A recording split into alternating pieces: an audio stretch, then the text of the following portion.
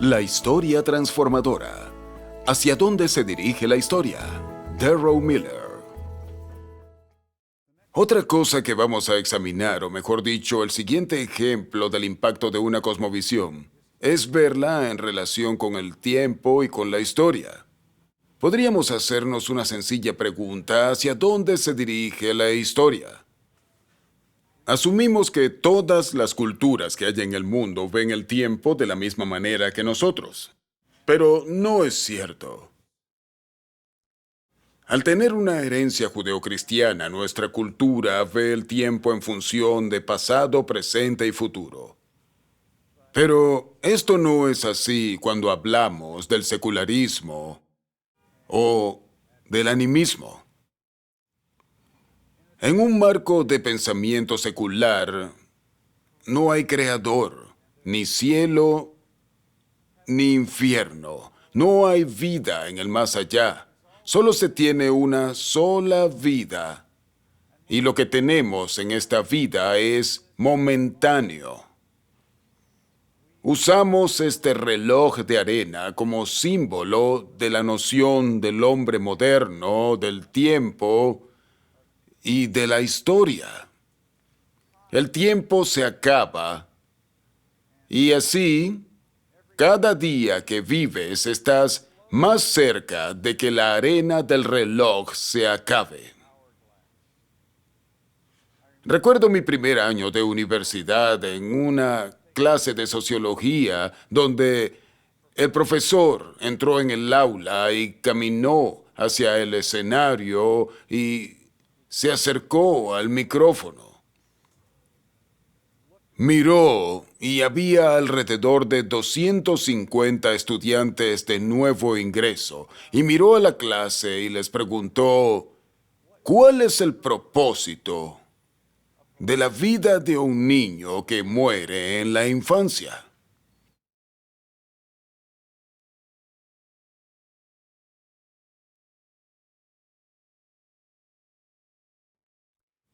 Luego hubo una prolongada pausa porque él quería que todos estos alumnos jóvenes reflexionaran sobre la pregunta. Después de un par de minutos retomó el micrófono y declaró con orgullo y arrogancia: el propósito de la vida de un niño que muere en la infancia es fertilizar un árbol. Todos nos quedamos asombrados. Pero viéndolo desde su punto de vista, él tenía razón. Si no hubiera Dios, si estuviéramos aquí por un accidente cósmico y nuestra vida no tuviera propósito, tampoco la tendría la vida de un niño que muere en la infancia. Pero el profesor no tuvo el coraje para responder cuál era el propósito de su propia vida. Si la vida del niño no tuviera propósito, tampoco lo tendría la vida del profesor. La perspectiva secular concibe el tiempo como una magnitud que se acaba. La cosmovisión animista concibe la vida como una rueda. Esto se ve de manera más visible en el hinduismo y en su concepto de la reencarnación. Esto lo vemos de manera única en las culturas animistas, pues creen que la vida da vueltas y más vueltas. Hay nacimiento, vida y muerte, y nacimiento, vida y muerte. O como los ciclos agrícolas, hay primero primavera, se planta y después las plantas crecen y en el otoño se cosecha y en el invierno la tierra está en reposo. La vida gira en torno a una rueda y la gente, al pensar de esta manera, tiene una mentalidad fatalista. En las culturas de habla hispana exclaman con resignación: lo que será, será, lo que pasará, pasará. En las culturas islámicas exclaman: Inshallah, la voluntad de Alá. Su mentalidad de la vida es fatalista. No podría mencionar todos los lugares en que he estado donde la gente dice somos pobres. Hemos nacido pobres y no hay nada que podamos hacer al respecto. Hay naciones enteras en todo el mundo que piensan así. Somos pobres, nuestros abuelos fueron pobres, nuestros padres fueron pobres, nosotros lo somos y nuestros hijos lo serán, y no hay nada que podamos hacer. Estas dos cosmovisiones no dejan prosperar a las naciones. En cuanto a la cosmovisión secular, por lo que respecta a Occidente, vivimos en el presente. Nos hemos olvidado del pasado, no hay futuro, vivimos para ir a un centro comercial. Vivimos para consumir. Nos hemos apropiado del antiguo mantra hedonista, comamos y alegrémonos porque mañana moriremos. Solo vean el mundo de Occidente, y esto ocurre cada vez más en los países en desarrollo, que el signo del progreso es el centro comercial. Se trabaja para poder llegar a él porque no hay futuro y la historia no tiene sentido. En las culturas animistas se tiende a vivir en el pasado. Siempre están recordando la edad dorada del pasado. La Biblia nos enseña algo muy distinto. La Biblia dice que hubo un principio, una línea histórica de partida y habrá un fin. Hay pasado, presente y futuro. Los animistas, con la mentalidad fatalista, afirman que la historia es algo que nos sucede. Pero la Biblia afirma algo muy diferente. La Biblia nos dice, no, la historia es algo que uno crea. Uno hace historia con sus palabras, con sus decisiones, con sus pensamientos. Veamos un par de pasajes en la Escritura. Primero, Jeremías, capítulo 5, versículo 1. Recorred de las calles de Jerusalén y mirad ahora e informaos. Buscad en sus plazas a ver si halláis hombre, si hay alguno que haga justicia, que busque verdad, y yo lo perdonaré. ¿Qué busca Dios? Él está buscando a una persona, no a 10,000 personas. No está buscando a 1,000 personas, ni a 100, ni siquiera a 10. Él está buscando una persona, pero de una clase particular, una que busque la justicia y se conduzca con honestidad. Y si haya a esa persona, Él traerá redención a la ciudad. Una vida individual puede ser usada por Dios para cambiar el curso de la historia. Recuerdo que mi mentor, Francis Schaeffer, solía decir que en el hinduismo lanzabas una piedra a una laguna. La piedra hace ondas, y si lanzas a una persona en la laguna, ésta no hace ondas. Nuestras vidas no cuentan para nada. Pero según la interpretación bíblica, si lanzas una piedra humana a la laguna de la historia, se originan ondas que continúan para siempre. Tenemos la capacidad de tomar decisiones que alteran el destino de la historia. Veamos algo parecido en el libro de Eclesiastés. En Eclesiastés, en el capítulo 9, versículo 14. Una pequeña ciudad y pocos hombres en ella, y viene contra ella un gran rey y la asedia y levanta contra ella grandes baluartes. Y se halla en ella un hombre pobre, sabio, el cual libra a la ciudad con su sabiduría. Y nadie se acordaba de aquel hombre pobre. Entonces dije yo, mejor la sabiduría que la fuerza. Aunque la ciencia del pobre sea menospreciada y no sean escuchadas sus palabras.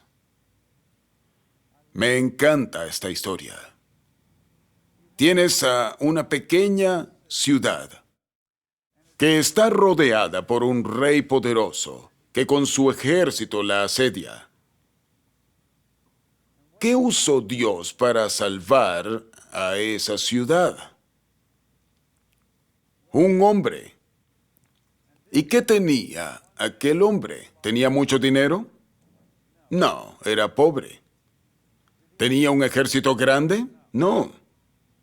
¿Qué tenía? Él tenía sabiduría. Y Dios usó a ese hombre pobre y a su sabiduría para derrotar a un ejército poderoso. ¿Cómo se llamaba aquel hombre? No lo sabemos. Dios conoce su nombre, pero la historia no lo conoce. La razón por la que me encanta esta historia es porque Dios puede usar individuos sin riquezas para cambiar el curso de la historia.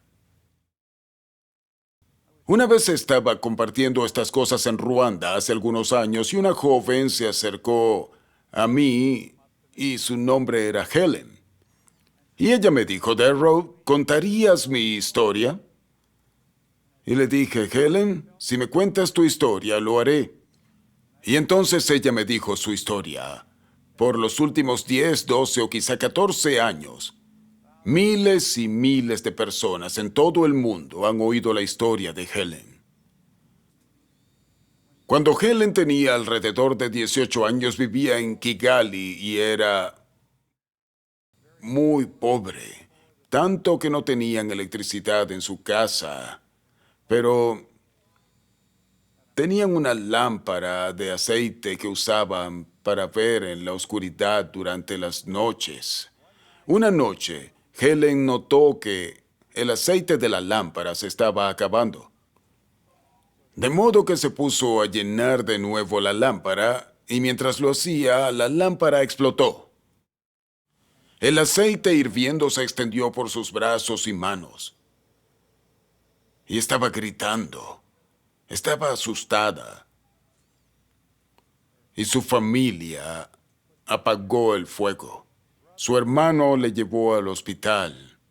Y el médico examinó los brazos y dijo, lo siento, pero están tan quemados que voy a tener que amputarlos. ¿Puede imaginarse una mujer joven oír que le van a amputar los brazos? Afortunadamente su hermano estaba con ella y se atrevió a decirle al doctor, hay que intentar salvarle los brazos, curárselos. Y si lo intentamos y no se puede hacer nada, entonces puede cortarlos. El doctor le dijo que no, están tan quemados que voy a amputarlos ahora mismo. El hermano dijo, si se los amputa ahora, sin intentar curárselos, lo demandaré. De manera que el médico le curó los brazos. Cuando Helen cuenta su historia, hay un brillo en sus ojos y no deja de mover los brazos y las manos mientras danza contando su historia. Ella me dijo, cuéntale al mundo que mi hermano cambió la historia de mi vida.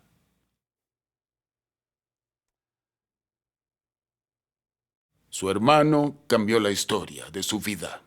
La historia no es algo que nos pase.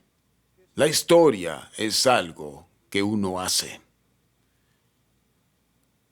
Uno de mis héroes y de muchos se llama William Wilberforce. Wilberforce vivió en Inglaterra en la época del comercio de esclavos. Después de graduarse de la universidad, decidió ser candidato a un escaño en el Parlamento y a los 21 años fue el parlamentario más joven de la Cámara de los Comunes.